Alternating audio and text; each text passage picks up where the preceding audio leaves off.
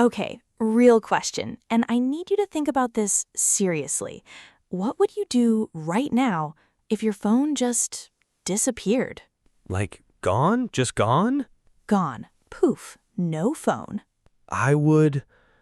I actually don't know. That's terrifying. Right? And here's the thing. People lived like that for a long, long time. Completely normal lives without smartphones. Without smartphones. Hey everyone, welcome to Digital English. I'm Emma. I'm Ben, and I'm still thinking about that question, honestly. Take your time. Today, we're talking about life before smartphones, what it looked like, how people managed, and of course, some great vocabulary along the way. And if you're younger and this all sounds like ancient history to you, welcome. You're about to learn something wild. Some very wild things. Okay, let's start simple. Before smartphones, how did people find out where to go? Oh, okay. So imagine you want to go to a restaurant you've never been to before, a new place. What do you do today? Easy. You open your phone, you type the name, you get the address, the reviews, the photos, everything. Right. Now delete the phone from that sentence. Thinking. You ask someone? Yes, you ask a real person. Or you use a map. A physical map on paper. On paper that you had to fold and then fold again. And then somehow it never went back the right way. Oh my goodness, the maps. I remember my dad had this huge map of the city in his car, and every time we went somewhere new, my mom had to hold it up and she'd be like, turn left. No, wait, right? Actually, I don't know. Every single family had that moment in the car. And there was no calm voice saying, recalculating. No, just silence and then someone getting a little upset. Okay, so let's look at some vocabulary from what we just said, because there were some really good words in there. Yes, good idea. So the first word is physical. Physical means something you can touch, something real, not digital. So a physical map is a map you can hold in your hands. A physical book is a book made of paper, not an e-book.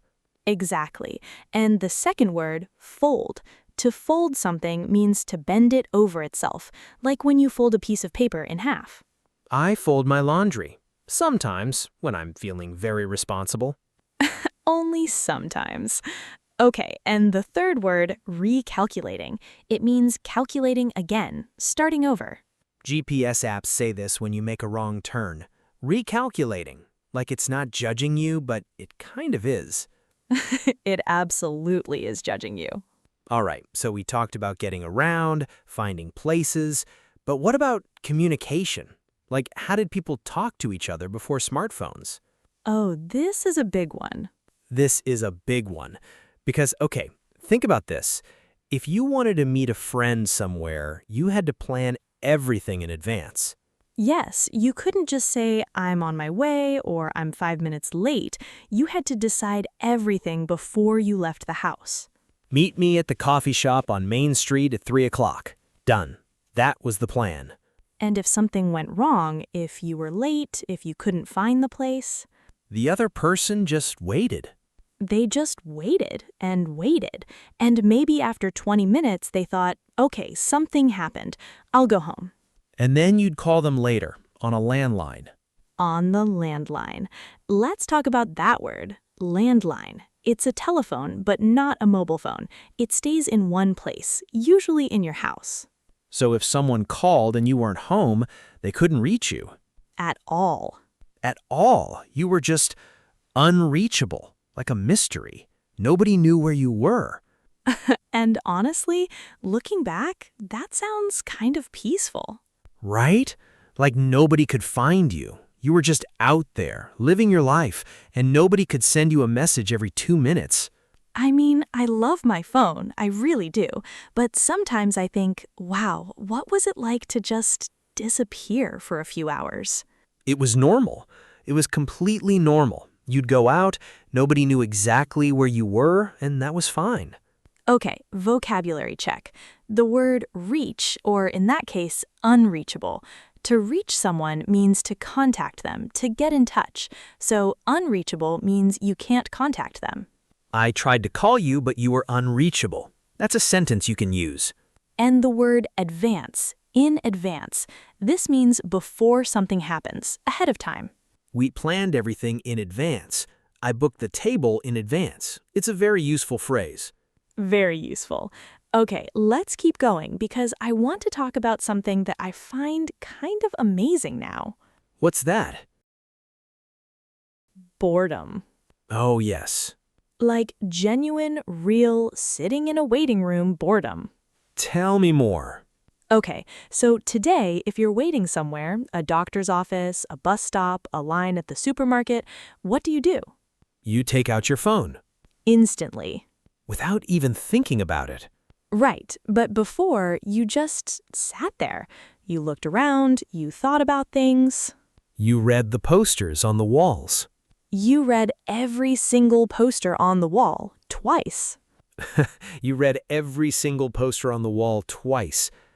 Opening hours, Monday through Friday, 9 a.m. to 5 p.m. I've memorized that sentence from waiting rooms. And you know what's interesting? Some people say that boredom was actually good for us. How so? Because when you're bored, your mind starts to wander. It starts to think creatively. You imagine things. You come up with ideas. That's true, actually. I feel like I don't get bored anymore, and I'm not sure that's a good thing. I agree. Okay, vocabulary. The word wander. To wander means to move without a specific direction. You can walk and wander, like exploring without a plan. Or your mind can wander. That means your thoughts go from one thing to another, kind of freely. My mind wandered during the meeting, meaning I stopped paying attention and started thinking about other things. Very relatable. Very relatable. Okay, and the expression, how so? Ben used this a moment ago. How so? It means, in what way? Or, can you explain? It's a short, natural way to ask for more information.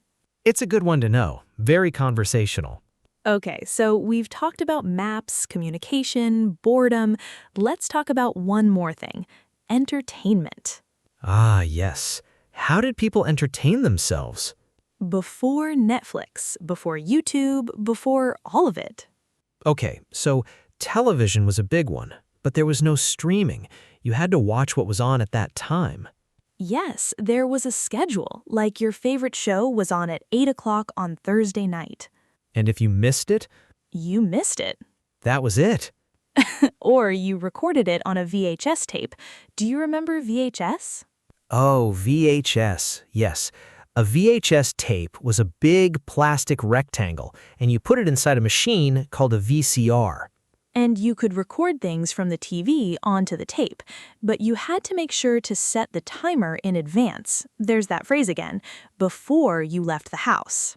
And sometimes you'd come home and it hadn't recorded correctly. Ah, the worst feeling. The actual worst feeling. Okay, but honestly, there was something kind of exciting about having to wait for things. Like anticipation? Exactly, anticipation. This is the feeling of waiting for something good to happen, the excitement before the thing. I'm full of anticipation before the concert. Or the anticipation of the holidays is sometimes better than the day itself. Ooh, that's a deep one. I have my moments. You do, you really do. Okay, and another word, schedule. A schedule is a plan for when things will happen, a list of times. The TV schedule showed the movie at 9 p.m. My work schedule is very busy this week. And one more, entertainment. This is anything that gives you enjoyment, fun, things to watch, listen to, or do for pleasure. Movies, music, games, books, all entertainment. All entertainment. You know, talking about all of this, I feel like life before smartphones was, I don't know, slower in a good way. I think that's the right word, slower, and maybe more present. Like when you were somewhere, you were really there, fully there. Because you had nothing else to look at. Exactly. Your only option was the moment you were in. Which sounds, honestly, really nice. It does. Although I'm not giving up my GPS. Oh, absolutely not. I would be lost, literally lost without GPS. Me too. Okay, so before we wrap up, let's do a quick review of the vocabulary we covered today. Ready? Ready. Physical, something real, something you can touch. Fold, to bend something over itself. Recalculating, starting a calculation again. We use it when GPS adjusts after a wrong turn. Landline, a telephone that stays in one place, connected by a wire. Unreachable, impossible to contact. In advance, before something happens, ahead of time. Wander, to move or think freely without a specific direction. How so? A short phrase meaning, can you explain, or in what way? Anticipation, the feeling of excitement while waiting for something good. Schedule, a plan that shows when things will happen. Entertainment, activities or things that give you fun and enjoyment. That's a solid list. It really is, and every single one of those words you can use today in real life. Like right now, if you're waiting somewhere and you're a little bored. Let your mind wander. Think about anticipation. Remember the word. Learn vocabulary through boredom. We've come full circle. We really have. Okay, everyone, that's it for today's episode of Digital English. Thank you so much for listening. If you heard something new today, something that clicked, that makes us really happy. And if you want to practice, try using one of these words in a sentence today. Just one. That's all it takes. See you next time. Take care, everyone, and keep going. You're doing great.